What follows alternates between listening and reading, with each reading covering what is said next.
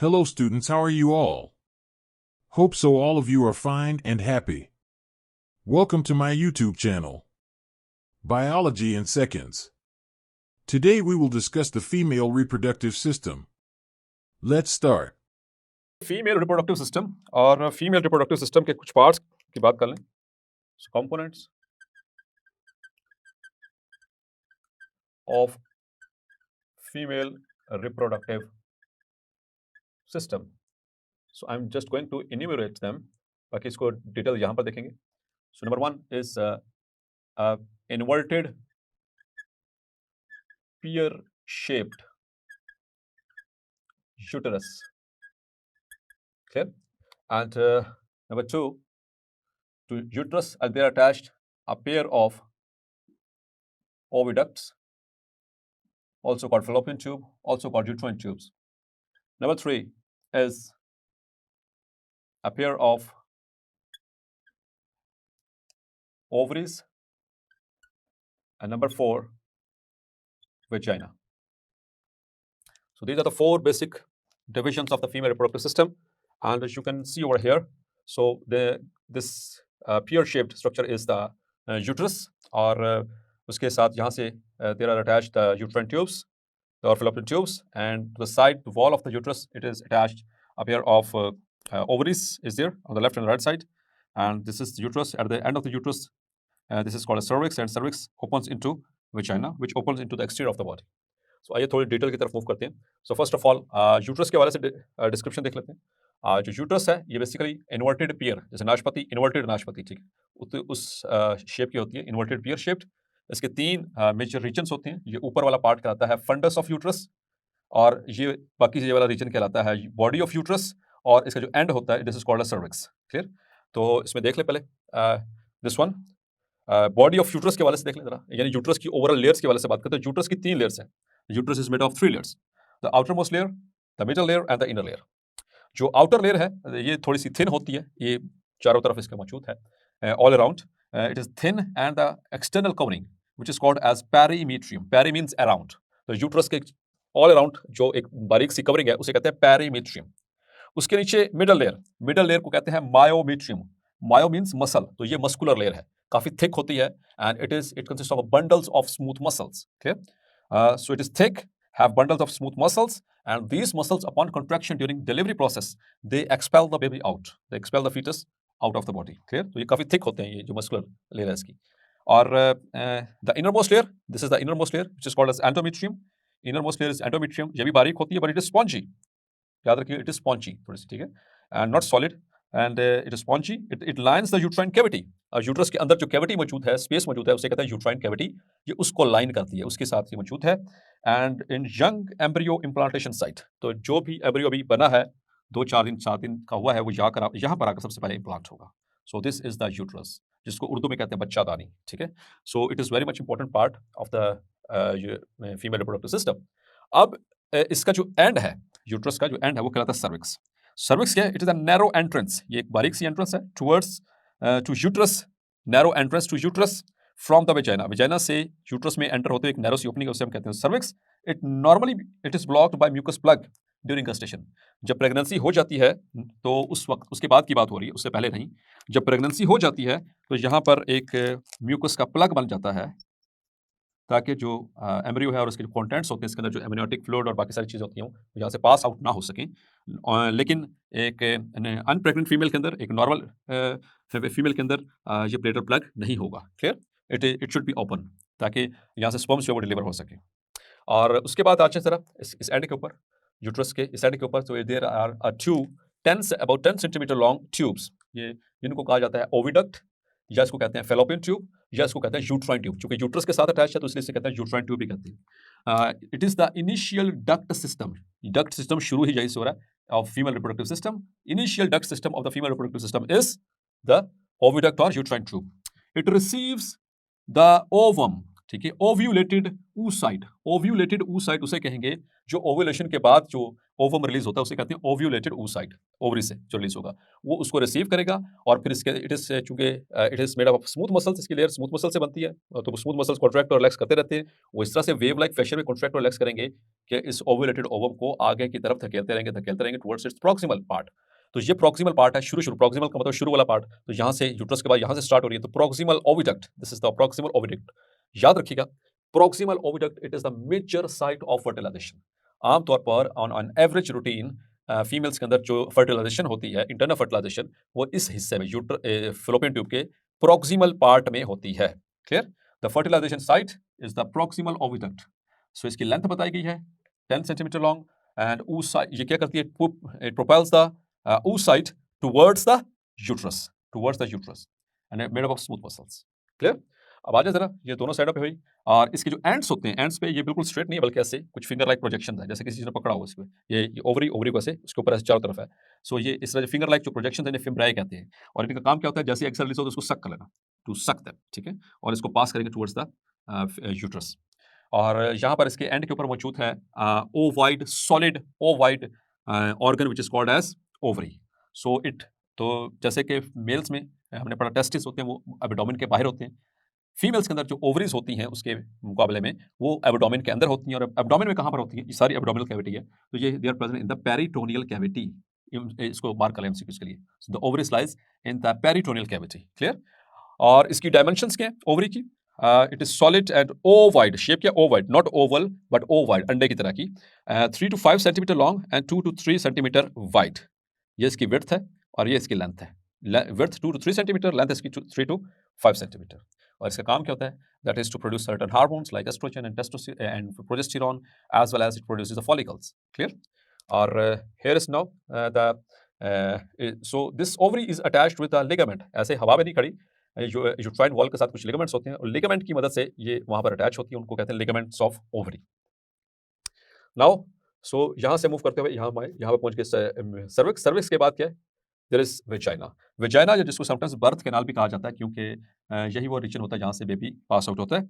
सो birth canal के हवाले से एक इंपॉर्टेंट एमसीक्यू सबसे पहले देख लें, it have urethra embedded in its anterior wall. Anterior का मतलब इससे ऊपर वाली वॉल जो होती है वेजाइना के ऊपर। तो अगर आप सामने से देखें फीमेल रिप्रोडक्टिव सिस्टम को, सो हियर इज क्लाइटोरिस, यहाँ पर है यूरिथ्रा और उसके नीचे है vaginal opening. So this is the sequence, this is clitoris, this is urethra. Males में यूरिथ्रा और रिप्रोडक्टिव ट्रैक सेम है, इसलिए उसे यूरोजेनिटल ट्रैक कहते हैं। इसमें यूरिनरी ट्रैक सेपरेट है और जेनिटल ट्रैक सेपरेट है। This is vagina and it is covered with 2 layers of skin. जो मेजर लेयर है उसे कहते हैं लेबिया मेजोरा, और इसके अंदर एक बारीक सी स्किन होती है उसे कहते हैं लेबिया माइनोरा। ठीक है? सो ये बात हो रही थी कि ये नीचे भी जाए ना from the front side if you see, और इसके ऊपर एंटीरियर वॉल में एम्बेडेड है the urethra, the urinary tract, and it is thin walled about 8 to 10 centimetre long vagina and extend from the cervix to the body exterior, to body exterior. Start कहाँ से हो रही है, cervix से, और कहाँ की तरफ, बाहर towards the exterior of the body, and it is a passage वे। ये एक रास्ता है किस किस के लिए, 2 चीज़ों के लिए। नंबर 1 फॉर द इन्फेंट, जो बच्चे जब डिलीवर होगा उसके लिए रास्ता, और दूसरा मेंस्ट्रुअल फ्लो के लिए, जो पीरियड्स होते हैं उसके फ्लो के लिए भी यही रास्ता है through which. Now, dear students, let us talk about some oogenesis, like we have discussed the spermatogenesis। इसी तरह से फीमेल रिप्रोडक्टिव सिस्टम में हम डिस्कस करने लगे हैं oogenesis को। तो बिफोर बर्थ डियर स्टूडेंट्स क्या होता है कि जो जर्मिनल एपिथेलियम होती है फीमेल्स की, जो ओवरीज की, उसके अंदर रिपीटेड माइटोसिस होती है और उससे क्या बनते हैं oogoनियम विच आर डिप्लॉयड, और फिर उसके बाद they differentiate and increase in size to become primary oocytes। लेकिन बच्चे के पैदा होने से पहले, बिफोर बर्थ, अभी बच्ची पैदा नहीं हुई है, जो प्राइमरी oocytes हैं वो अरेस्ट हो जाती हैं प्रोफेज 1 में। ठीक है, प्रोफेज 1 ऑफ मियोसिस 1, तो इसमें अरेस्ट हो जाती हैं और वहाँ पर फिर डेवलपमेंट स्टार्ट होती है प्राइमोर्डियल फॉलिकल्स की। ठीक है, ओवरी के अंदर, और उससे बनते हैं प्राइमरी फॉलिकल, और उस प्राइमरी फॉलिकल के अंदर ये हो रही है oogenesis। याद रखिएगा, प्राइमरी फॉलिकल के अंदर हो रही है oogenesis।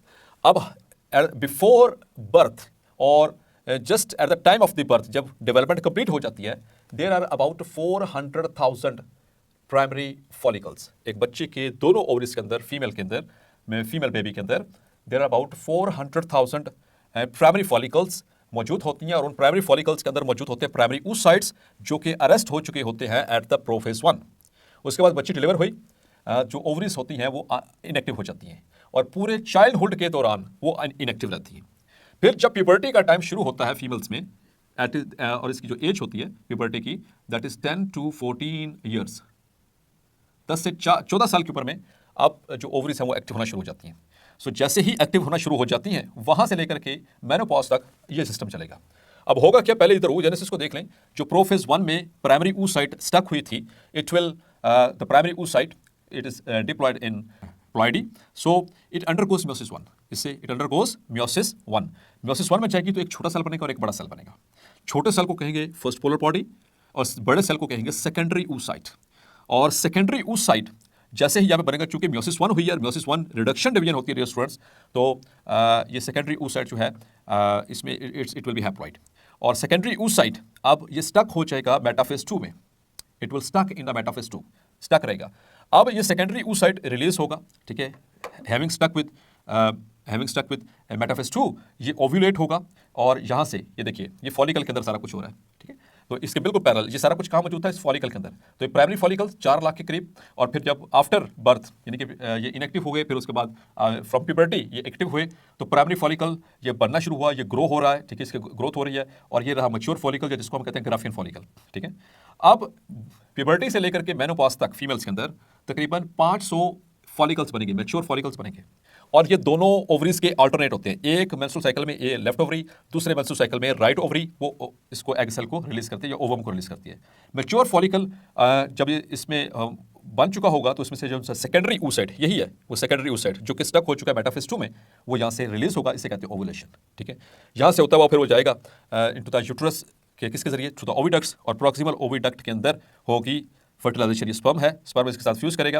अच्छा डियर स्टूडेंट्स, इसके साइज नोट कर लें। सेकेंडरी oocyte जो कि स्टक हुआ है मेटाफेज 2 में, ये तकरीबन 120 माइक्रोमीटर इन डायमीटर होता है, और इसके कंपैरेटिव जो स्पर्म होता है, स्पर्म उसका 5 माइक्रोमीटर इन डायमीटर, उसका यानी कि मैक्सिमम जो है डायमीटर है। तो देख सकते हैं कितना डिफरेंस है इन दोनों के साइज में, इससे कि ये 5 और ये 120, 120 and 5, a lot of difference is there. So if the fertilization occurs, तो ये मेटाफेज 2 से फौरी तौर पर निकलेगा और अपने डिवीजन को कंप्लीट करेगा।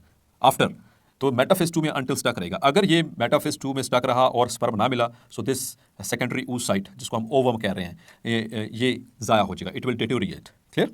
और फिर उसके बाद अगर हो जाता तो फिर इससे जाइगोट बन जाएगा, जाइगोट डिप्लॉयड होएगा, और साथ में क्या बनेगा, एक और पोलर बॉडी जिसे कहते हैं सेकेंड पोलर बॉडी, क्लियर।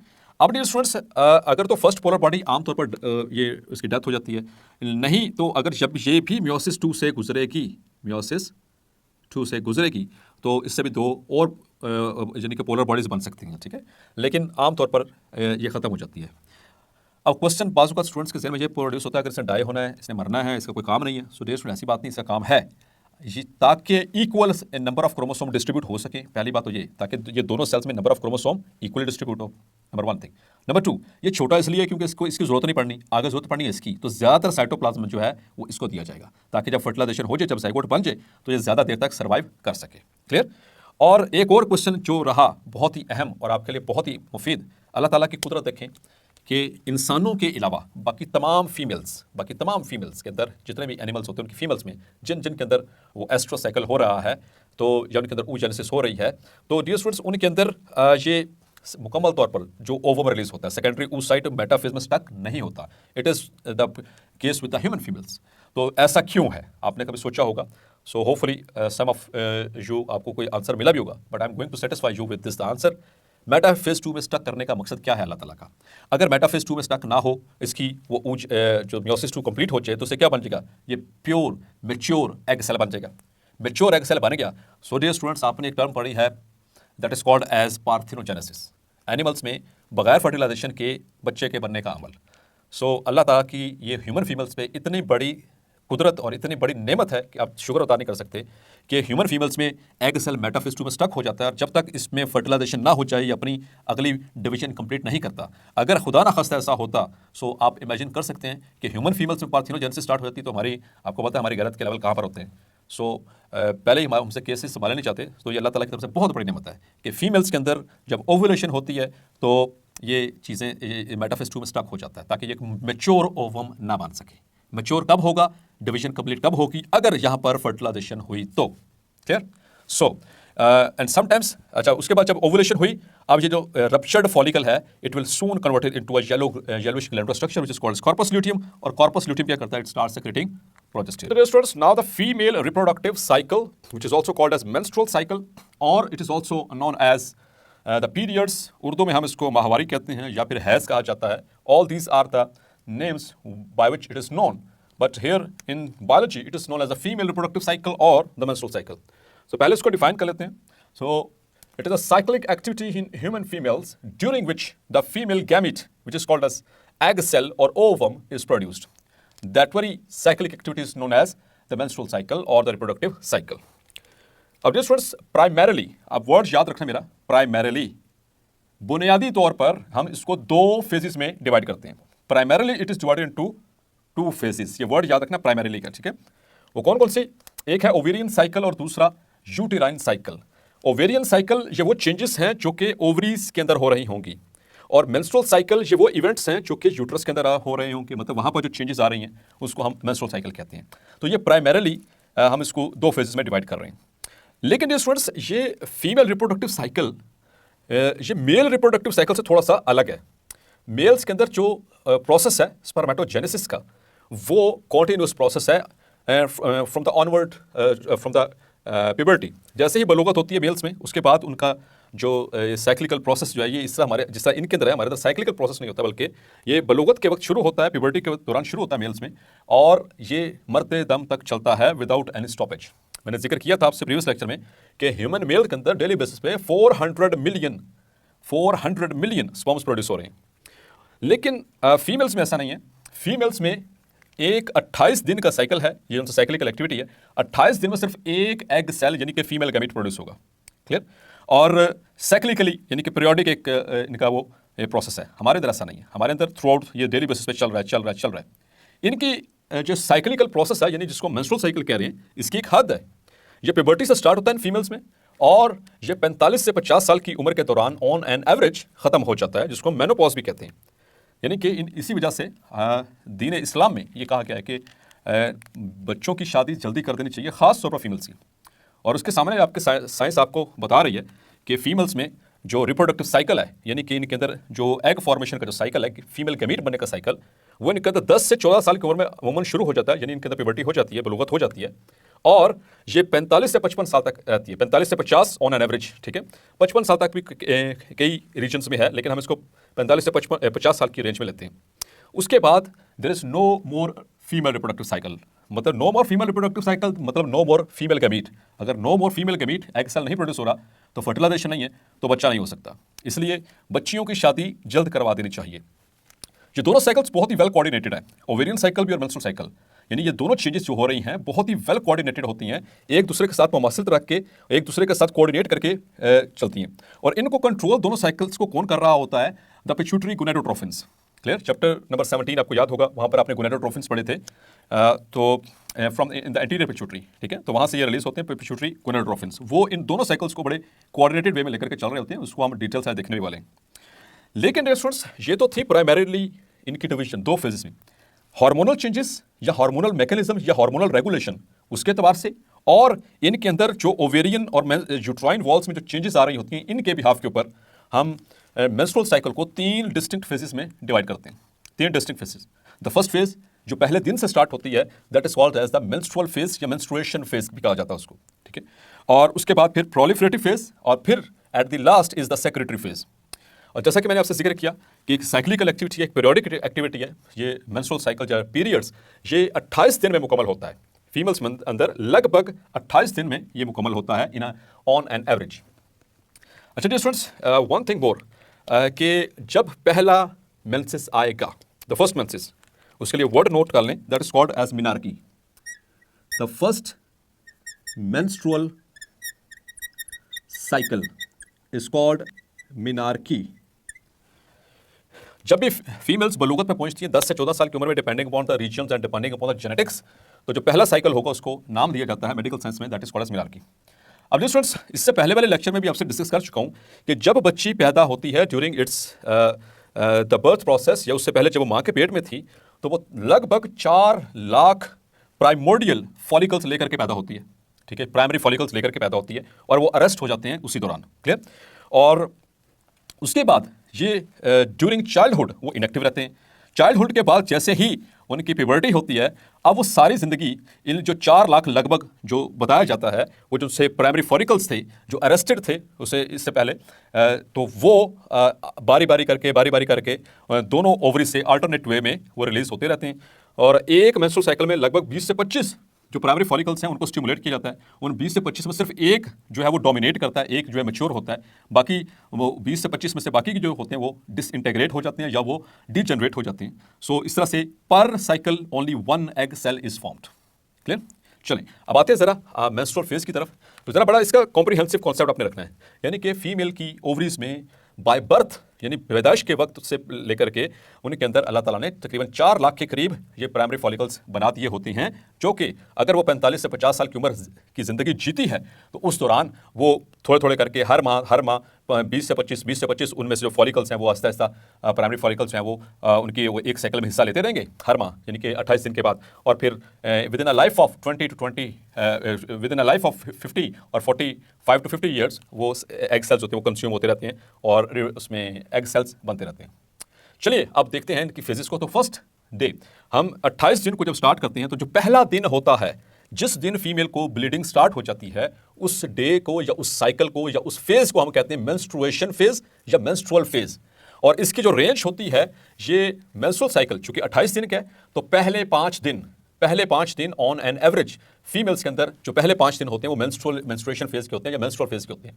इस फेज में होता क्या है, the uterus is shed, uterus जो होती है वो उतर जाती है, ठीक है। यूट्रस आपको बताया था यूट्रस के पार्ट्स, ठीक है। तो यूट्रस में उसकी जो लेयर्स, आउटर इज पेरीमेट्रियम, उसके नीचे thick muscular layer this is called as myometrium, और उसके अंदर जो यूट्राइन कैविटी को लाइन कर रही है एक थिन सी एक स्पॉन्जी लेयर जिसको हम कहते हैं एंडोमेट्रियम। तो ये सारी गेम वहां की है, ठीक है, ये एंडोमेट्रियम पे। तो यूट्रस शेड करती है अपने डीपेस्ट पार्ट को जिसको हम कहते हैं एंडोमेट्रियम। डीपेस्ट का मतलब जो सबसे इनर मोस्ट है, जो स्पॉन्जी लेयर है, एंडोमेट्रियम को शेड करती है।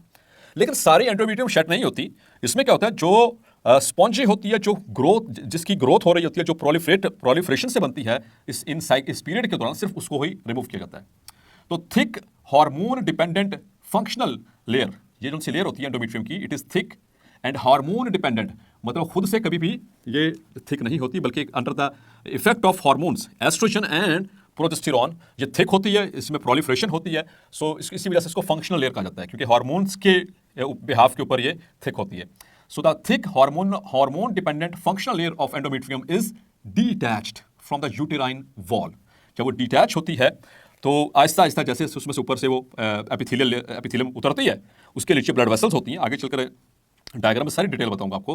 तो जैसे ही वहाँ से ऊपर से वो शेड होती है तो नीचे ब्लड वेसल्स होती हैं, ब्लड वेसल्स में से ब्लड स्टार्ट होता है, ब्लीडिंग स्टार्ट हो जाती है, और जो ऊपर से डिटैच्ड होती है एंडोमेट्रियम वो साथ में टिश्यू की पीसेस में डेब्रिस की शक्ल में वो वहाँ से रिलीज होना शुरू हो जाती है और उसमें ब्लीडिंग स्टार्ट हो जाती है। तो bleeding it is accompanied by bleeding, जो कि नॉर्मली हम देखें ऑन एन एवरेज। अच्छा ये बात थोड़ा ये कॉन्सेप्ट जरा क्लियर कीजिएगा। ऑन एन एवरेज देखा जाए तो फीमेल्स के अंदर जो ब्लीडिंग का प्रोसेस है वो 3 से 5 दिन देखा गया है ऑन एन ज़्यादातर फीमेल्स में, लेकिन इसकी एक रेंज है, ये कम से कम 2 दिन भी रह सकता है और ज़्यादा से ज़्यादा 7 दिन ऑन एन एवरेज ये रह सकता है। क्लियर? 2 से 7 दिन। ज़्यादातर फीमेल्स में कितना है, 3 से 5 दिन, लेकिन इसकी रेंज कितनी है, 2 से 7 दिन तक ब्लीडिंग हो सकती है। शुरू में थोड़ी ज़्यादा होती है, कुछ फीमेल्स में बाद में थोड़ी कम हो जाती है आहिस्ता आहिस्ता, लेकिन कुछ फीमेल्स में शुरू में कम होती है, फिर बाद में थोड़ा सा जो है वो उसका फ्लो ज़्यादा हो जाता है। खैर, द डिटैच्ड टिश्यू जो वहाँ से डिटैच हुआ and the blood passes out through the vagina, vagina से वो बाहर आएगा, रिप्रोडक्टिव कैनाल से बाहर आएगा, this is called as menstrual flow. तो वो ब्लीडिंग स्टार्ट होती है, so the period has been started, so that is the first day of menstrual cycle. So it will be going to 3 to 5 days on an average and 2 to 7 days in a maximum range. So at the beginning of this phase, जब ये phase शुरू होती है यानी पहला दिन start होता है, तो यहाँ पर जो ओवेरियन हार्मोन्स होते हैं, ओवरीज को करेक्ट करने वाले, वो अपने लोएस्ट नॉर्मल लेवल्स पे होते हैं, यानी कि LH and FSH and estrogen ये सब अपने सबसे लोएस्ट लेकिन नॉर्मल, ठीक है, जो आखिरी हद होती है इनकी लोएस्ट नॉर्मल लेवल की, वहाँ पर होते हैं। सो एट द बिगिनिंग, इसको मार्क कर लीजिए, ऑफ दिस फेज यानी कि मेंस्ट्रुअल फेज में the ovarian hormones are at lowest normal levels and the gonadotrophins begin to rise. अब यहाँ पर जो गोनेडोट्रोफिन्स हैं, जो पिट्यूटरी हाइपोथैलेमस से वो गोनेडोट्रोफिन रिलीजिंग फैक्टर आएगा, वो गोनेडोट्रोफिन्स को रिलीज करवाएगा, ठीक है। उनका लेवल आहिस्ता आहिस्ता बढ़ना शुरू हो जाएगा। गोनेडोट्रोफिन्स में पढ़े थे आपने FSH, LH and the prolactin, तो यहाँ पर FSH और LH का ज्यादा रोल है, तो FSH के लेवल आहिस्ता आहिस्ता बढ़ना शुरू हो जाएंगे। सो this is the menstrual phase. तो पहला दिन वो, इस साइकिल का पहला दिन वो कहलाएगा जिस दिन ब्लीडिंग स्टार्ट हुई। सो इसे कहते हैं मेंस्ट्रुअल फेज स्टार्ट हुई। अब दूसरा फेज जिसको हम कहते हैं प्रोलिफरेटिव फेज, या जिसको कहा जाता है pre ovulatory phase. Pre means before, ovulatory मतलब कि ओवुलेशन, मतलब कि द रिलीज ऑफ एग से पहले, एग सेल के रिलीज होने से पहले वाली ये फेज है, जिसकी वजह से इसको कहा जाता है प्री ओव्यूलेटरी फेज। और ये स्टार्ट कब होती है? छठे दिन से लेकर के 14वें दिन तक जाती है इसकी length. Days 6 to 14, 1 to 5 menstrual phase, 6 to 14 that is usually the proliferative phase। अब इसमें क्या होना है? तो FSH का लेवल इससे प्रीवियस जो फेज है मेंस्ट्रुअल फेज में बढ़ना शुरू हो गया था। FSH का लेवल इंक्रीज होगा तो ओवरीज के ऊपर जाकर जब ये एक्ट करेगा, FSH रिलीज कहां से हो रहा है? एंटीरियर पिट्यूटरी से। ये गोनेडोट्रोफिन हार्मोन है, तो ये एक्ट कहां पर करेगा? ओवरीज पे। ओवरीज को क्या करेगा? स्टिमुलेट करेगा कि उसके अंदर पहले से मौजूद जो प्राइमरी फॉलिकल्स थी उनको सेकेंडरी फॉलिकल्स में कन्वर्ट करे, और फिर वहां पर बहुत सारी, मैंने बताया था तकरीबन 20 से 25 वो प्राइमरी सेकेंडरी फॉलिकल्स बनेगी, और उनमें से सिर्फ एक डोमिनेट करेगी, एक मैच्योर होगी, बाकी सब डीजेनरेट हो जाती हैं, डिसइंटीग्रेट हो जाती हैं एक अमल के जरिए, एक प्रोसेस के जरिए, जिसे हम कहते हैं फॉलिकल एट्रेशिया। क्लियर? तो चलिए इसको देख लें पहले। सो FSH इंक्रीजेज, ये अप एरर्स का मतलब है, या आप इस तरह से आपको ये नजर आ रहा है। So this means increased, FSH increase, few ovarian follicles stimulated. Few का मतलब उन 4 लाख में से तकरीबन 20 से 25 ओवेरियन फॉलिकल्स जो प्राइमरी थे वो सेकेंडरी में कन्वर्ट होना शुरू हो जाएंगे। And all follicles degenerate by follicle atresia except one, एक के अलावा बाकी सब डीजनरेट इन 20 से 25 में से, which gets matured, which becomes dominant, ठीक है। और and becomes the mature follicle, उसको नाम क्या देंगे? mature follicle, या इसके लिए एक और बायोलॉजिकल नेम है, that is called as Graafian follicle। Graafian follicle भी कहते हैं। सो ये वो फॉलिकल है जिसके अंदर होनी है oogenesis। इससे प्रीवियस लेक्चर में हमने पढ़ा था ना oogenesis, वो इस ग्राफियन फॉलिकल के अंदर होनी है। इसको हम उसके लिए मार्क कर लिए, बहुत अहम है कि oogenesis कहां पर होती है? ओवरीज में। ओवरीज में कहां पर होती है? In the Graafian follicles, the mature follicle. अब FSH स्टिमुलेट करेगा ग्राफियन फॉलिकल को कि वो एस्ट्रोजन को भी रिलीज करवाए। So the FSH stimulates Graafian follicle to produce estrogen. ये वाला हार्मोन डियर स्टूडेंट्स फीमेल्स के लिए इंतहाई अहम है। जैसे मेल्स में टेस्टोस्टेरोन होता है, इसी तरह से फीमेल्स के अंदर ये एस्ट्रोजन है। फीमेल्स के अंदर ये, इनके अंदर मसल्स की डेवलपमेंट, बोन्स की डेवलपमेंट, एंडोमेट्रियम की डेवलपमेंट, और इनके अंदर सेकेंडरी सेक्सुअल कैरेक्टरिस्टिक्स की डेवलपमेंट के लिए इंतहाई अहम ये इसका किरदार है, ठीक है।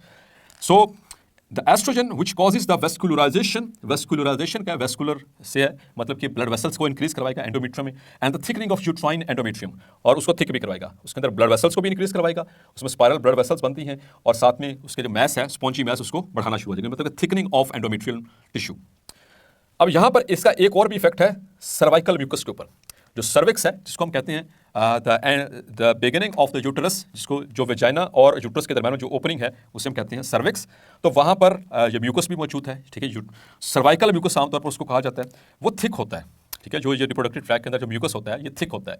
अब थिक म्यूकस जो होगा, इसमें स्पर्म्स को ट्रेवल करने में दुश्वारी है। इसमें स्पर्म्स जब डिस्लॉज होंगे तो उनको, चूंकि थिक है, गाढ़ा है, तो उसमें से स्पर्म्स को स्विम करने में प्रॉब्लम होगी। तो अल्लाह ताला ने ये सिस्टम रखा कि एस्ट्रोजन के साथ ही साथ में क्या करता है, उस सर्वाइकल म्यूकस को थिन करवाना शुरू कर देता है, और थिन इस तरह से कि उसमें क्रिस्टलाइजेशन स्टार्ट हो जाती है, और उसमें रास्ते बन जाते हैं, चैनल्स बन जाते हैं, चैनलाइजेशन होती है, और उन चैनल्स, सॉलिड चैनल्स में से वो गुजरते हुए स्पर्म्स बाआसानी वो पहुंचते हैं टू द यूट्रस, और यूट्रस से फिर फेलोपियन ट्यूब्स के अंदर। Clear? So the normal cervical mucus is thick. MCQ, estrogen causes it to thin and crystalline, forming channels for sperms. Clear? So estrogen has negative feedback upon FSH. MS इसको भी MCQ के लिए mark कर लीजिए, बहुत अहम है। Oestrogen जो है जैसे जैसे इंक्रीज करता जाएगा, चूंकि फॉलिकल तो मैच्योर हो चुकी, ठीक है। अब मजीद फॉलिकल की जरूरत नहीं है, क्योंकि एक डोमिनेंट जो थी वो ग्राफियन फॉलिकल वो मिल चुकी है। It is more than enough. अब बहुत ही लॉजिकल सी सेंस है कि FSH का लेवल को कम करवाना पड़ेगा, क्योंकि FSH रिलीज होता रहा तो क्या होगा, मतलब मजीद फॉलिकल स्टिमुलेट होती रहेंगी। तो ये तो साइकिल अभी चल रहा है, इसमें एक मैच्योर हो चुकी है, तो अब जरूरत नहीं है। सो जब जरूरत नहीं है तो एस्ट्रोजन क्या करेगा, नेगेटिव फीडबैक के जरिए इसके लेवल को कम करवाना शुरू कर देगा। So coming to the point, increased estrogen, ये नेगेटिव फीडबैक के जरिए क्या होगा कि FSH के लेवल को डिक्रीज करेगा। इसके रिस्पॉन्स में increased estrogen in the blood and decreased FSH in the blood, it will lead to a feedback mechanism by which and other hormone from the anterior pituitary is released, which is called as LH or the luteinizing hormone. Clear? Anterior pituitary से आ गया. अब ये LH क्या करता है? ये act करता है इस ग्राफियन फॉलिकल के ऊपर, इस मैच्योर फॉलिकल के ऊपर, जिसके अंदर मौजूद है सेकेंडरी oocyte, जिसको हम कॉमनली क्या कहते हैं? That is we call as ovum और egg cell. So it is, अगर हम उसको प्रॉपर वे में देखें, as we are biological students, so it is not that very much mature egg और ओवम. आपको बताया था कि वो अरेस्ट हो जाता है कहां पर? सेकेंडरी oocyte जो है अरेस्ट हो जाता है मेटाफेज 2 में. जब तक फर्टिलाइजेशन ना हो, इसकी सेल डिवीजन मुकम्मल नहीं होती, इसके जो मियोसिस 2 है वो कंप्लीट नहीं होती है. खैर, तो LH उस ग्राफियन फॉलिकल में एक्ट उसके ऊपर एक्ट करेगा और उसके अंदर मौजूद जो सेकेंडरी oocyte है, जिसको हम ओवम भी कहते हैं, which is stuck in the metaphase 2, उसको रिलीज करवा देगा. इसके रिलीज करवाने के अमल को कहते हैं ovulation. This is termed as ovulation. जैसे ओवुलेशन हो गई, अब वो एग सेल उसको सक करेंगे फिम्ब्रियाई ऑफ द ओविडक्ट्स और उसकी ट्रैवलिंग स्टार्ट हो जाएगी. अब क्या होगा कि ओवरी के अंदर जो ग्राफियन फॉलिकल जब रप्चर हुआ था, टूट गया था ना, तभी उसमें साइकिल निकला. अब वो रप्चर्ड फॉलिकल क्या करेगा? It will be converted into a yellowish glandular structure which is called as corpus luteum. So after ovulation the ruptured follicle, जो पहले क्या था? मैच्योर फॉलिकल, ये जो पहले क्या था? Graafian follicle. LH ने क्या किया? इसमें से एग सेल को या सेकेंडरी oocyte को निकलवा दिया. अब रप्चर हुआ तो निकला ना, तो इस रप्चर्ड फॉलिकल को कन्वर्ट करवाया जाएगा into a yellowish glandular structure known as corpus luteum. Corpus luteum क्या करेगा? It will start secreting another very very important female hormone which is called as progesterone, the hormone of pregnancy. ये progesterone क्या करेगा? ये मजीद endometrium के ऊपर act करेगा और उसको रिसेप्टिव बनाएगा ताकि जो एम्ब्रियो या जो जाइगोट जो है वहां पर इम्प्लांट हो सके. Now students, it starts the third phase which is called as the secretory phase. अब ओवुलेशन हो चुकी है, तो चूंकि ओवुलेशन के बाद ये थर्ड फेज स्टार्ट होती है, तो इस वजह से उसको पोस्ट ओव्यूलेटरी फेज भी कहा जाता है. और स्टार्ट किस दिन होती है? From the 15th day up to 28th day. Clear? और ओवुलेशन की स्टूडेंट्स कब होती है? It occurs most probably on the 14th day from the first day of menstrual cycle. Clear? याद रखिएगा, ovulation it occurs most probably on the 14th day of menstrual cycle. और इससे जो ओवम प्रोड्यूस होता है यानी सेकेंडरी oocyte, उसकी जो लाइफ एक्सपेक्टेंसी है typically it is 24 hours. Clear? अगर उस दौरान जो है फर्टिलाइजेशन हो जाए, सो प्रेगनेंसी हो सकती है, otherwise there is no chance for the next 28 days. Clear? यानी अगले साइकिल तक, फिर दोबारा जब तक एक साल नहीं बनता. तो सेक्रेटरी फेज में क्या होगा? इसमें एंडोमेट्रियम प्रिपेयर करती है, एंडोमेट्रियम को प्रिपेयर किया जाता है for the implantation of the embryo, अगर वो फर्टिलाइजेशन हो जाती है तो. इसमें कॉर्पस ल्यूटियम पहले से बन चुका है. कॉर्पस ल्यूटियम ओवरी के अंदर वो मुसलसल सेक्रेट कर रहा है एस्ट्रोजन को. एस्ट्रोजन क्या कर रही है कि वो एंडोमेट्रियम को मजीद रिसेप्टिव बना रही है, थिक बना रही है. इसके अंदर जो ब्लड वेसल्स हैं, आर्टरीज खास तौर पर, उनको इलेबोरेट किया जा रहा है और उनको मजीद बढ़ाया जा रहा है ताकि अगर इम्प्लांटेशन हो जाती है, so it should be fully accepted and it should be given complete nutrition. So increased progesterone from the corpus luteum acts on estrogen primed endometrium. Estrogen primed endometrium means कि चूंकि ये वो वाली एंडोमेट्रियम का हिस्सा जो कि एस्ट्रोजन ने बनवाया था, जिसने थिकनिंग करवाई थी, वेस्कुलराइजेशन करवाई थी, तो उसके ऊपर एक्ट करेगा. फंक्शन क्या है इसका? वहां पर कॉजिंग आर्टरीज टू इलेबोरेट, वो आर्टरीज इलेबोरेट होंगी and converting the functional layer to glandular secretory layer. ये बहुत अहम फंक्शन है प्रोजेस्टेरॉन का. इससे पहले जो फंक्शनल लेयर थी एंडोमेट्रियम, अब वो प्रोजेस्टेरॉन के इफेक्ट की वजह से क्या बन जाती है? सेक्रेटरी और ग्लैंडुलर एंडोमेट्रियम. और यहाँ पर बनवाए जाते हैं यूट्राइन ग्लैंड्स. और यूट्राइन ग्लैंड्स क्या करते हैं? They increasing in size which enlarge and coil and secretes and start secreting glycogen. वो ग्लाइकोजन सेक्रेट करते हैं. ये इंपॉर्टेंट एमसीक्यू है, मार्क कर लीजिए इसको. और इनटू द यूट्राइन कैविटी, ताकि अगर यहाँ पर जो है एम्ब्रियो आकर इम्प्लांट हो, सो उसको न्यूट्रिशन से जो है वो प्रोविजन मिले. इफ नो फर्टिलाइजेशन अकर्स, अगर फर्टिलाइजेशन नहीं हुई, कॉर्पस ल्यूटियम डीजनरेट होना शुरू हो जाएगा. कॉर्पस ल्यूटियम डीजनरेट होगा तो वो क्या सेक्रेट कर रहा था? प्रोजेस्टेरॉन. तो प्रोजेस्टेरॉन का लेवल कम होना शुरू हो जाएगा. तो जो प्रोजेस्टेरॉन की वजह से एंडोमेट्रियम के ऊपर जो इफेक्ट था, वो आहिस्ता आहिस्ता कम होना शुरू हो जाएगा और अल्टीमेटली बिल्कुल खत्म हो जाएगा. जैसे खत्म होगा, सो एंडोमेट्रियम इज नाउ शेड. सो 28वें दिन मोस्ट प्रोबेबली चांसेस है कि अब दोबारा से वो मेंस्ट्रुएशन स्टार्ट हो जाएगी और जो उसकी सेक्रेटरी फेज है, जो प्रोलिफरेटरी फेज है, उसकी बिगिनिंग हो जाएगी, यानी कि नया साइकिल स्टार्ट हो सकता है. सो इससे होगा क्या कि जो हार्मोनल सपोर्ट मिल रही थी प्रोजेस्टेरॉन की वजह से, एंडोमेट्रियम को वो खत्म होना शुरू हो जाएगी। Setting the stage to start the menstruation at 28th day, MCQ के लिए मार्क कर लीजिए, ठीक है। अगर फर्टिलाइजेशन नहीं होती तो ऐसा स्टेज सेट किया जाता है कि 28वें दिन ब्लीडिंग स्टार्ट हो जाए या मेंस्ट्रुएशन स्टार्ट हो जाए, मतलब कि जो वो एक स्पॉन्जी एंडोमेट्रियम के ऊपर जो इफेक्ट था, एक सपोर्टिव इफेक्ट था प्रोजेस्टेरॉन का, वो कम होना शुरू हो जाता है जिसकी वजह से। और ह्यूमन फीमेल्स के अंदर जैसा कि मैं बता चुका हूँ 50 ईयर्स 50 साल की उम्र ऑन एन एवरेज, इससे कम बेश भी हो सकती है, +-5 +- यानी कि हो सकता है इसमें, लेकिन आमतौर पर अमूमन usually it is 50 years age which is called as menopause, where there is complete cessation of menstrual cycle. So यहाँ पर मेंस्ट्रुअल साइकिल ख़त्म। इसके अलावा जब मेंस्ट्रुअल साइकिल चल रहे हैं उस दौरान भी कुछ इरेगुलरिटीज़ आ सकती हैं, और उसके पीछे जो बेसिक रीज़न होती है, एक तो माल नरिशमेंट है, मतलब अगर खुराक की कमी हो या सही तरह से बैलेंस डाइट नहीं ली जा रही हो तो उसमें मेंस्ट्रुअल साइकिल जो है वो इरेगुलर हो सकता है। या फिर इमोशनल स्ट्रेस ये फीमेल्स के मेंस्ट्रुअल साइकिल को पूरे तरीके से इफेक्ट करती है, ठीक है। पीरियड्स या तो शॉर्ट हो जाएंगे, शॉर्ट होंगे तो मतलब एक महीने में बाज़ कुछ फीमेल्स को 2 दफ़ा भी साइकिल हो जाता है इसका, ठीक है। तो साइकिल शॉर्ट हो जाएगा, नॉर्मल 28 दिन का तो उससे उसकी लेंथ कम हो जाएगी, या कुछ फीमेल्स में वो साइकिल बड़ा हो जाता है, 28 दिन से भी ऊपर चला जाता है। So these are the problems. इसमें टेम्परेचर भी समटाइम्स जो है वो अपना रोल प्ले करता है। ठंडे मौसम में सुप्रेशन के चांसेस बढ़ जाते हैं, यानी कि during cold environment like in the winters जो इरेगुलरिटी है उसके होने का खदशा होता है if the proper care is not taken. और ओव्यूलेशन मैंने आपको बताई 14वें दिन, आज ब्लीडिंग स्टार्ट हुई, आज फर्स्ट डे था, तो आज से लेकर के 14वें दिन 14th डे पे ओव्यूलेशन होनी है, मतलब कि एलएच ने ग्राफियन फॉलिकल में से जो है वो सेकेंडरी oocyte को रिलीज करवाना है। क्लियर। अब यहाँ पर एक अहम चीज़ याद रखनी है, जिस दिन होती है ओव्यूलेशन इसको क्वाइन किया जाता है with the thickening of the endometrium. इसी दिन एंडोमेट्रियम थिक होना शुरू हो जाती है। किसके इफेक्ट के अंदर वो, क्योंकि उसके बाद कॉर्पस ल्यूटियम बन जाएगा प्रोजेस्टेरॉन, तो वो थिक होना शुरू हो जाएगी। अभी हम डायग्राम में इसको डिस्कस करेंगे, थिक हो रही है। अगर फर्टिलाइजेशन नहीं हुई so again the degeneration or detachment starts. Students, the most important part of the menstrual cycle, this is graphical representation, जो कि यहाँ पर जो चेंजेस हो रही हैं ओवरी के अंदर, यानी ओवेरियन इवेंट्स यहाँ पर शामिल किए गए, और इसके ऊपर जो इफेक्ट हो रहा है ओवरीज के ऊपर जो गोनेडोट्रोफिन्स का, उसको यहाँ पर शेयर किया गया। और उसके नीचे वाला जो ग्राफ है यहाँ पर एंडोमेट्रियम जो inner lining of the uterus spongy layer, तो ये उसकी थिकनेस को शो कर रहा है, ठीक है। ये देखिए थिकनेस है, ये उसी लाइनिंग की हवाले से बात हो रही है। और यहाँ पर फिर जो ओवेरियन हार्मोन्स जो यूट्रस के ऊपर आकर के एक्ट कर रहे हैं, ये उनके हवाले से डिस्क्रिप्शन है। तो dear students, so this is the 28 day cycle, this is 0 day, 7th and 14th day and 21st day and 28th day.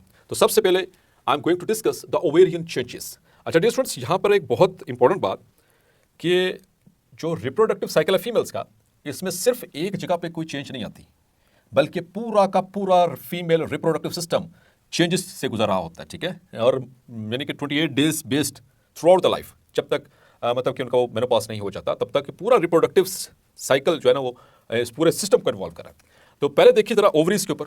तो मैंने जैसे आपसे जिक्र किया कि the female baby which is born, she has about 400,000 primordial and primary follicles.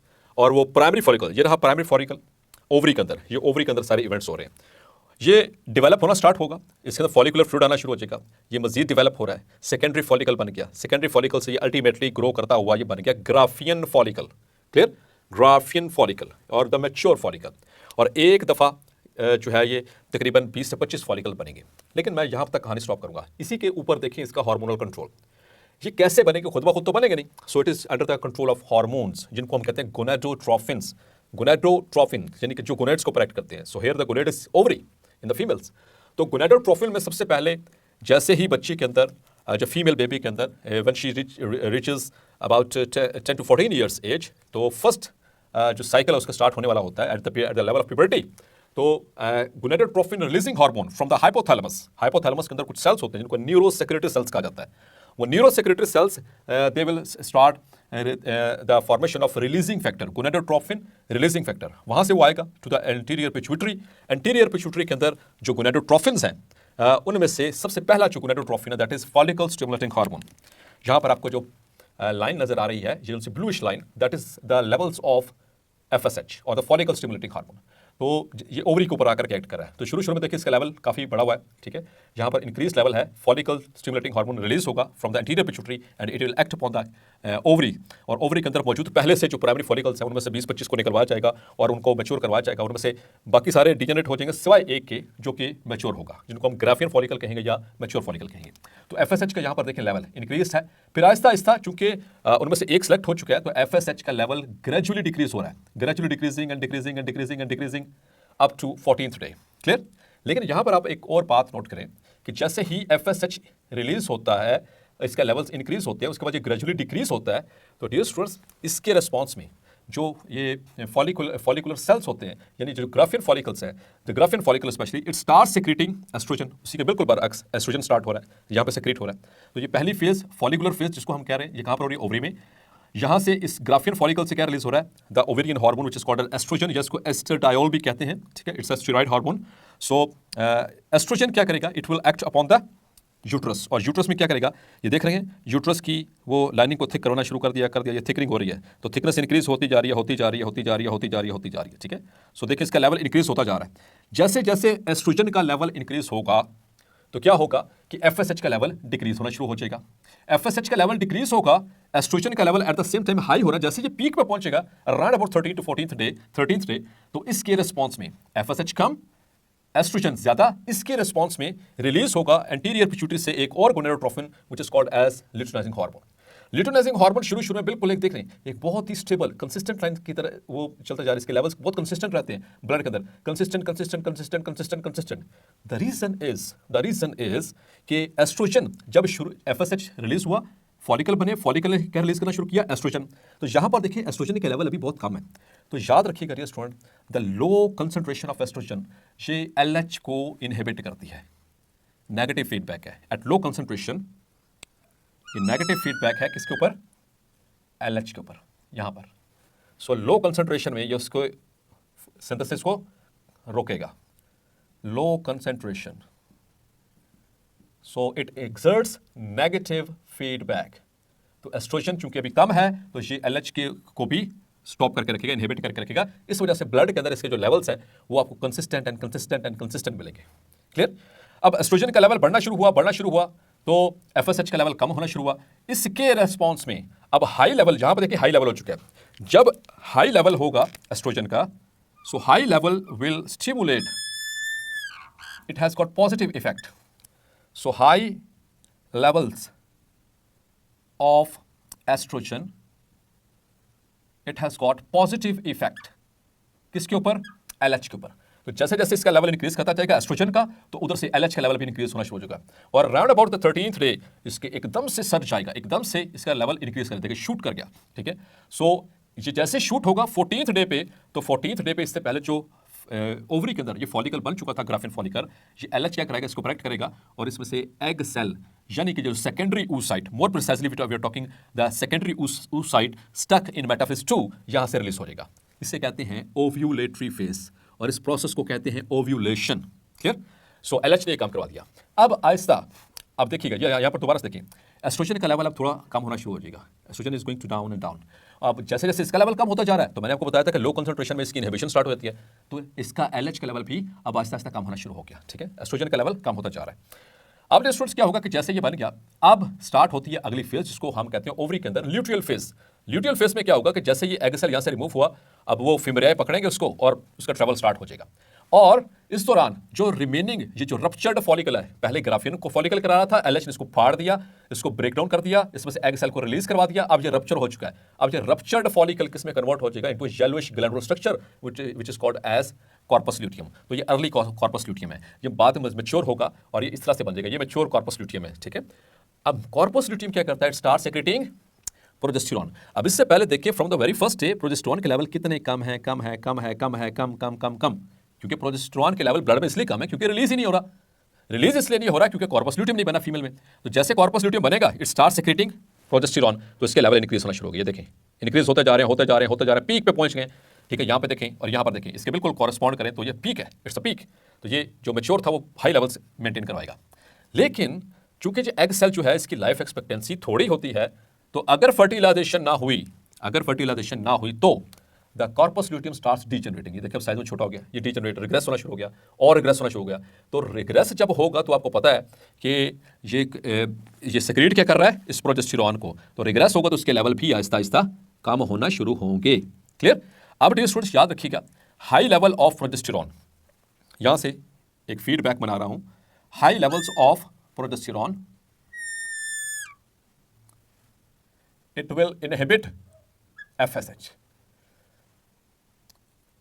High levels of progesterone, ये किसको inhibit कर रहा है, इसको गोनाडोट्रोफिन्स को, मतलब कि FSH। तो FSH से तो कहानी स्टार्ट हुई थी, FSH रिलीज नहीं होगा तो एस्ट्रोजन रिलीज नहीं होगा, एस्ट्रोजन का लेवल कम रहेगा, एस्ट्रोजन का लेवल कम रहेगा तो LH कभी रिलीज नहीं होगा, LH रिलीज नहीं होगा तो मतलब ओवुलेशन नहीं होगी, ओवुलेशन नहीं होगी तो मतलब कि एग सेल रिलीज नहीं होगा, मतलब कि फर्टिलाइजेशन के चांस नहीं है। इसी वजह से जो कॉन्ट्रासेप्टिव पिल्स होती हैं, कॉन्ट्रासेप्टिव पिल्स और डिवाइसेस, उनका जो मेन इंग्रेडिएंट होता है वो ये प्रोजेस्टेरॉन होता है, यानी वक्फे की जो गोलियां होती हैं उसमें प्रोजेस्टेरॉन के लेवल को हाई रखा जाता है, ताकि क्योंकि प्रोजेस्टेरॉन लेवल हाई रहेगा तो ये गोनाडोट्रोफिन को रोक के रखेगा। It has got negative feedback. जब ये हाई है तो ये FSH का लेवल कम रहेगा। क्लियर। FSH का लेवल कम रहेगा तो एस्ट्रोजन का लेवल कभी, मतलब कि इसके रिस्पॉन्स में वो फॉलिकल्स मैच्योर नहीं होंगी, मैच्योर नहीं होंगी तो उनमें से एस्ट्रोजन रिलीज नहीं होगा। ओके। लेकिन जैसे ही FSH ये प्रोजेस्टेरॉन का लेवल हुआ कम, यहां पर देखिए कम होना शुरू हो गया, ये जो है इससे क्या होगा, इसके लो कंसंट्रेशन ये स्टिमुलेट करती है इनको, इट हैज ऑपोजिट इफेक्ट। अब की बार FSH जो है गोनाडोट्रोफिन्स, ये इनका लेवल दोबारा से राइज होना शुरू हो जाएगा और अगला cycle start. Is that clear. So यहां पर देखें एंडोमेट्रियम पे क्या हो रहा है, क्या चल रहा है यहां पर, तो वही उसकी 3 फेजेस जो हमने डिस्कस की। तो पहली फेज द मेंस्ट्रुअल फेज, दूसरी प्रोलिफरेटरी फेज और तीसरी सेक्रेटरी फेज। तो मेंस्ट्रुअल फेज ये फर्स्ट डे से स्टार्ट हुआ, ये देख रहे हैं ऊपर ये ब्लीडिंग है, दिस इज ब्लड, ठीक है, ये ब्लड शेडिंग हो रही है, सो ब्लीडिंग हो रही है, साथ में ये डेब्रिस निकल रहा है। सो ये 3 से 5 दिन तक रहेगा। उसके बाद स्टार्ट हो जाएगी प्रोलिफरेटिव फेज। प्रोलिफरेशन में क्या हुआ था कि यहाँ पर एस्ट्रोजन लेवल बढ़ेगा तो वो एंडोमेट्रियम के ऊपर एक्ट करेगा और इसकी थिकनिंग करवाएगा। थिकनिंग देखें, थिकनेस इंक्रीज हो रही, क्लियर। और यहाँ पर जाके काफ़ी हद तक थिकनेस हो चुकी है। 14वें दिन फिर क्या हुआ, ओवुलेशन, और उसके बिल्कुल कॉरेस्पॉन्डिंग देखेंगे तो आप बन गया ओवुलेशन होने के बाद कॉर्पस ल्यूटियम। तो कॉर्पस ल्यूटियम जैसे बना, उसने प्रोजेस्टेरॉन को सेक्रेट किया, तो अब स्टार्ट होगी सेक्रेटरी फेज। सेक्रेटरी फेज में मजीद प्रोजेस्टेरॉन सेक्रेट होने से ये मजीद थिक हो रही, डायस की थिकनेस इंक्रीज हो रही। लेकिन आहिस्ता आहिस्ता अब जो कॉर्पस ल्यूटियम रिग्रेस होता चला जा रहा है, प्रोजेस्टेरॉन का लेवल जहां पर देख सकते हैं कम होता जा रहा है। तो जो सपोर्टिव इफेक्ट था इस एंडोमेट्रियम के ऊपर प्रोजेस्टेरॉन का, जो कि शुरू किसने करवाया था, प्राइम किसने करवाया था, it was primed by estrogen, estrogen इसको शुरू करवाया था। तो इसका जो इफेक्ट था, सपोर्टिव इफेक्ट स्पॉन्जी एंडोमेट्रियम के ऊपर, ये खत्म हो जाएगा and it again starts shedding. जो सपोर्टिव इफेक्ट खत्म तो अगेन यहां से दोबारा से cycle on the 28th day starts and it continues on. तो अब अगला साइकिल शुरू। सो होपफुली ये आपको हार्मोनल कंट्रोल अच्छे से समझ आ गया होगा। FSH का लेवल इंक्रीज, फिर बाद में डिक्रीज, क्योंकि फॉलिकल बन गई, मैच्योर हुआ तो इसका लेवल कम होना शुरू हो गया। फॉलिकल ने क्या सीक्रेट शुरू किया, एस्ट्रोजन। एस्ट्रोजन किसके ऊपर एक्ट कर रहा है, और इस पे यूट्रस के ऊपर, उसकी एंडोमेट्रियल लाइनिंग के ऊपर। उसके क्या होगा, एस्ट्रोजन का लेवल बढ़ता चला जाएगा, FSH का लेवल मजीद ये डाउन होता चला जाएगा कोरस्पॉन्डिंगली, और इसके रिस्पॉन्स में क्या रिलीज होगा, LH। तो 13वें 14वें दिन ये देख सकते हैं LH रिलीज हुआ, ओवुलेशन हुई, ओवुलेशन होने के बाद इसका काम खत्म, अब आहिस्ता आहिस्ता ये काम होना शुरू हो जाएगा। ठीक, अब एस्ट्रोजन का लेवल भी आहिस्ता आहिस्ता कम होना शुरू हो जाएगा, क्योंकि एस्ट्रोजन का लेवल कम होगा तो मैंने बताया था इसका लो कंसंट्रेशन में नेगेटिव इफेक्ट है, ये LH को कम करवाता है, इसकी सिक्रेशन को रुकवा देगा। और फिर आहिस्ता आहिस्ता क्या होगा कि जैसे वो कॉर्पस ल्यूटियम बनेगा तो प्रोजेस्टेरॉन जो कि ब्लड के अंदर बहुत लो लेवल में था, वो उसका लेवल सडनली इंक्रीज होना शुरू हो गया कॉर्पस ल्यूटियम तक। ये देखें जब मैच्योर हुआ तो काफी हद तक गया, ये इसके लेवल्स इंक्रीज हुए। फिर उसके बाद ये फर्टिलाइजेशन नहीं हुई, इसी रिस्पॉन्स में ये रिग्रेस होना शुरू हुआ, डिटोरिएट होना शुरू हुआ, और आहिस्ता आहिस्ता इसके लेवल्स फॉल। प्रोजेस्टेरॉन का लेवल फॉल करेगा तो FSH का लेवल इंक्रीज करेगा, प्रोजेस्टेरॉन का लेवल हाई रहेगा तो FSH का लेवल यानी गोनाडोट्रोफिन्स का लेवल कम रहेगा। ये कम रहेगा तो सो this is the mechanism behind the gap between the children. Students यहाँ पर एक स्ट्रक्चर मैंने ड्रॉ किया है अपना सेकेंडरी oocyte का, जिसको हम ओवम कहते हैं। जब ये ओवुलेशन होती है तो जिसका ये कुछ स्ट्रक्चर होता है, बाहर ऐसे इरेगुलर सा पैटर्न होता है क्राउन लाइक। ये बाहर वाली लेयर होती है, कहते हैं corona radiata. Corona means crown shaped, तो बाहर ये इस तरह से इरेगुलर है, लाइक अ क्राउन शेप्ड, इस तरह से, ठीक है, इसलिए जो कोरोना रेडिएटा कहते हैं। उसके अंदर ये आपको जो ग्रीन कलर की नजर आ रही है, इसे जोना पेलोसिडा कहते हैं, ये थोड़ी सी ट्रांसपेरेंट होती है, और उसके अंदर मौजूद है आपका secondary oocyte which is stuck in the metaphase 2। Now moving towards the last topic of this topic of our unit number 11, so that is sexually transmitted disease. So उसमें सबसे पहली डिजीज जो है that is gonorrhoea. So it is caused by a gram-negative bacterium, Neisseria gonorrhea. So it's the causative agent, MCQ. It is gram-negative, MCQ. It mainly affects, ये यहाँ पर focus रखना, mainly affects mucous membrane of the urogenital tract and it causes serious eye infection. यहाँ पर भी आपने focus रखना है, बहुत अहम चीज़ है. सीरियस का वर्ड, सीरियस आई इन्फेक्शन, क्योंकि हम ये जो डिजीज़ पढ़ रहे हैं उसमें तीनों के अंदर आईज इफेक्ट हो रही हैं, लेकिन सीरियस का वर्ड हमारी बुक के अंदर यूज़ हुआ है फॉर गोनोरिया. तो serious eye infection to the new born if passes through the infected birth canal and it is highly contagious through the sexual contact. तो ये वो डिजीज़ हैं जो किसी और तरीके से तो फैल सकती हैं, लेकिन इनका जो मेजर मोड ऑफ ट्रांसमिशन है या डिसमिनेशन है, that is sexual contact. The second one is syphilis. So syphilis, it is caused by a spirochete. Spirochete, आपको पता है स्पाइरल शेप जो या कर्व्ड बैक्टीरिया होते हैं उनको स्पाइरोकीट्स कहा जाता है. तो स्पाइरोकीट इज द ट्रेपोनीमा पैलेटम, और इससे जो डिजीज होती है that is syphilis. So it damages, ये वर्ड यूज रखना, damages the reproductive organs, eyes, bones, joints, central nervous system, heart and skin. Clear? तो यहाँ पर CNS इस्तेमाल हो रहा है, आईज भी इस्तेमाल हो रही हैं, आगे भी कंपैरिजन में बताऊंगा वहाँ पर भी इस्तेमाल होंगे, लेकिन ये वर्ड याद रखना, damage to reproductive systems as well. And the sexual contact is the major source of its dissemination. फैलाव का सबसे मेजर तरीका कार इसका क्या है, दैट इज सेक्शुअल कॉन्टैक्ट. और number third is genital herpes. Genitals means the reproductive, the copulatory organ, and vulva in the females, the external genitalia. So it is caused by herpes simplex type 2 virus. Type 2, clear? ये viral disease है. It is the infection of genitalia, जो genitals होते हैं, in penis and vagina, वहाँ पर infection होता है. It produces genital soreness and ulcers in the infected areas. तो genitals के ऊपर sores बनेंगे, फिर वहाँ पर painful ulceration होगी, mucous membrane rupture होगी. And the infants contract while passing via infected genital tract.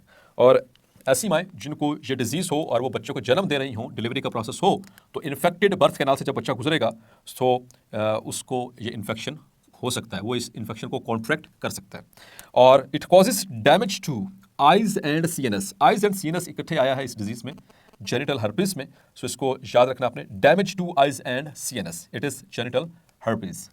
And number 4 is AIDS, the acquired immunodeficiency syndrome, or it is caused by HIV, the human immunodeficiency virus, which is a retrovirus. It is RNA enveloped virus. इसका भी जो transmission है, it is by intimate sexual contact. इसको detail से पहले पढ़ भी चुके हैं, ठीक है. और इसमें वायरल डिजीजेस में एड्स के हवाले से डिटेल से डिस्कस हुआ किस तरह से फैलता है, और हम जो मेजर सोर्स है इसका सेक्शुअल ट्रांसमिशन है, और उसके बाद इसको किस तरह से प्रिवेंट किया जा सकता है, किस तरह से इनको प्रिवेंट किया जा सकता है.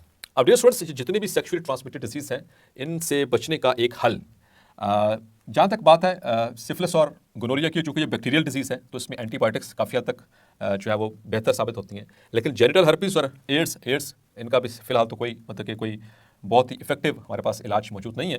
तो बेहतर यही है कि अगर किसी शख्स को हो, किसी मेल को या फीमेल को, they must not have the sexual contact with their partners. उनके साथ कोई सेक्शुअल कॉन्टैक्ट नहीं होना चाहिए. और एड्स तो पता है आपको, ये बच्चों में भी हो जाती है. पहले तो अगर बर्थ कैनाल से पास करेगा, इन्फेक्टेड बर्थ कैनाल से, तो वहाँ से बच्चों को हो सकती है. लेकिन अगर वहाँ से बच जाए, लेट्स सपोज कि जैसे वो नॉर्मल डिलीवरी नहीं हुई, सिजेरियन हो गया, तो अगर वो माँ बच्चे को दूध पिलाएगी तो आपको पता है कि एड्स का जो वायरस है वो बॉडी फ्लूइड्स में भी सेक्रेट होता है. तो वो जब बच्चे को दूध पिलाएगी तो वहाँ से भी हो सकता है. तो इसकी जो प्रिवेंशन हम पहले पढ़ चुके हैं अपने पिछले प्रीवियस टॉपिक्स के अंदर.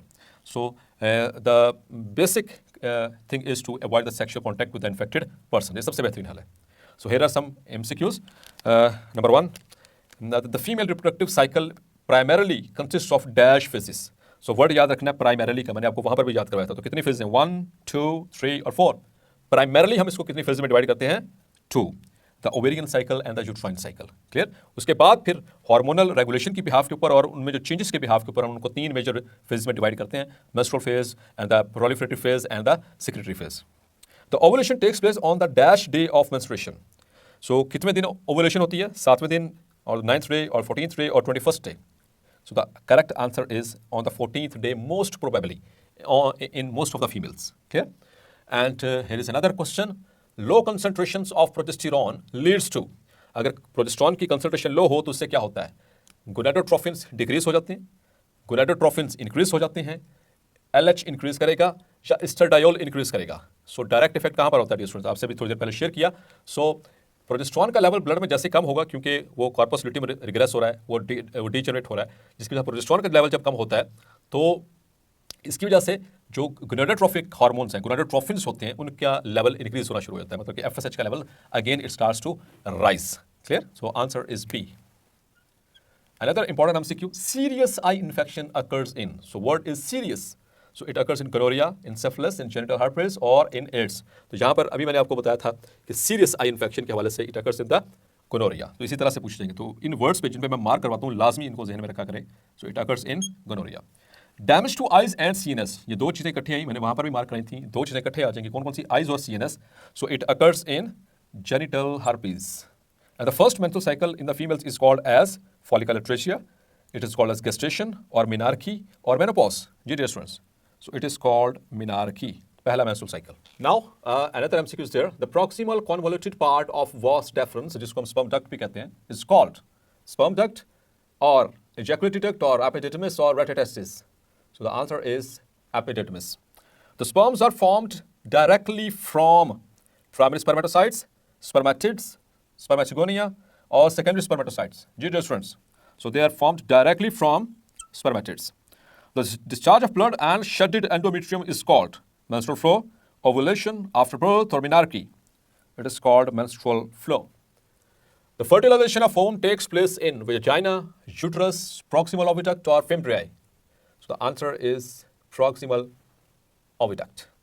Each ml of semen have 20 to dash million sperms. 20 to 50, 20 to 100, or 20 to 150, or 20 to 200. So the answer is 150 million. So 20 to 150 million sperms per ml of semen. Epididymis opens into epididymis किसमें open करता है? Retitis, seminiferous tubules, vas deferens or prostate. So it opens into vas deferens. The number of sperms produced in a healthy male is dash millions per day. 100 millions, 200 millions, 300 millions, or 400 millions. The answer is 400 millions. The Leydig cells release testosterone, FSH, LH, or estrogen. So Leydig cells release testosterone. The bulbourethral gland is located at the junction of ejaculatory duct and prostate, seminal vesicle, urethra, or vas deferens. So answer is urethra. तो इन दोनों के junction पे मौजूद है bulbourethral gland जिसको हम कहते हैं कॉपर्स ग्लैंड.